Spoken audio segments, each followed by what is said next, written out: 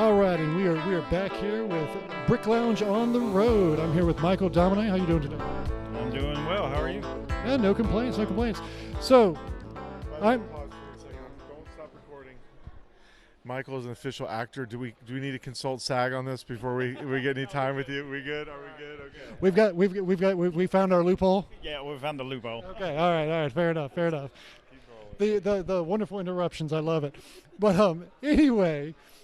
So just tell us a little about what your build is. Every time I see you display, you're always doing something fantastic with movement, lights, all sorts of stuff. It's very inspirational to me. So I'd like to hear it directly from you. Okay, so basically from the very start, when I first started my first mock, I decided that I wanted to do something a little different. I wanted to add a little lighting into it. From there, people really enjoyed it. They were able to see things they weren't able to see. And so from there, I just started building it into my buildings and streets. And then I finally decided movement was the next visualization. So I decided to add it in it, and everybody's really enjoyed it, and it's inspiring others. So that's what I'm here to do. So you mentioned your first mock. What was that first mock? The first mock I did was Star Wars Tatooine scene that actually had one part on top, had the scene where the droids crash landed on the Tatooine. They were coming down the hill and split apart where the clones or the stormtroopers were up top checking out the crash. And then it actually had a tunnel where I had a Star Wars train go through it. Very nice, very nice. Yeah, the train aspect is really neat. As we all know, Carl's a big train guy, but we see your trains floating around here too, and I basically see you essentially run the power functions. Speaking of which, your Space Academy here. I'm a big classic space guy. What can you tell me about your Space Academy? Space Academy is something that I was inspired since a lot of people recently started getting back into space, and they've been doing more space sets.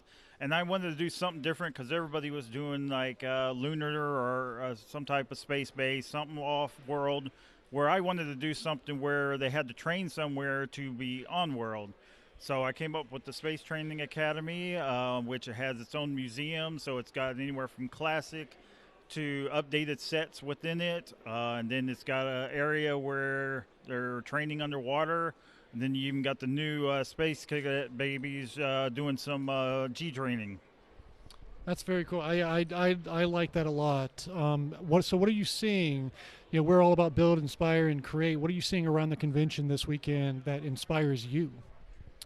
As far as what inspires me, go big or go home, of course. That's what I always try to do, but I'm going to start consolidating actually mine. Instead of going wider and bigger, I'm going up. So this is version 1 of the space training, and I'm actually going to make a version 2 for Atlanta. So we're thinking space skyscraper. Is that what's next on the build list? That's what it is. The space training is going to go up probably another 2 to 3 stories. Going to have a causeway, space landing ports on it. Because when I was in Atlanta, people had a hard time actually seeing into it as far as adult-wise. So I want to get it up higher where they can actually see what's going on. That's very cool. That's very cool. Well, Mike, thanks for talking to us today. Do you have any last-minute tidbits of advice for your fellow SC Bricks members?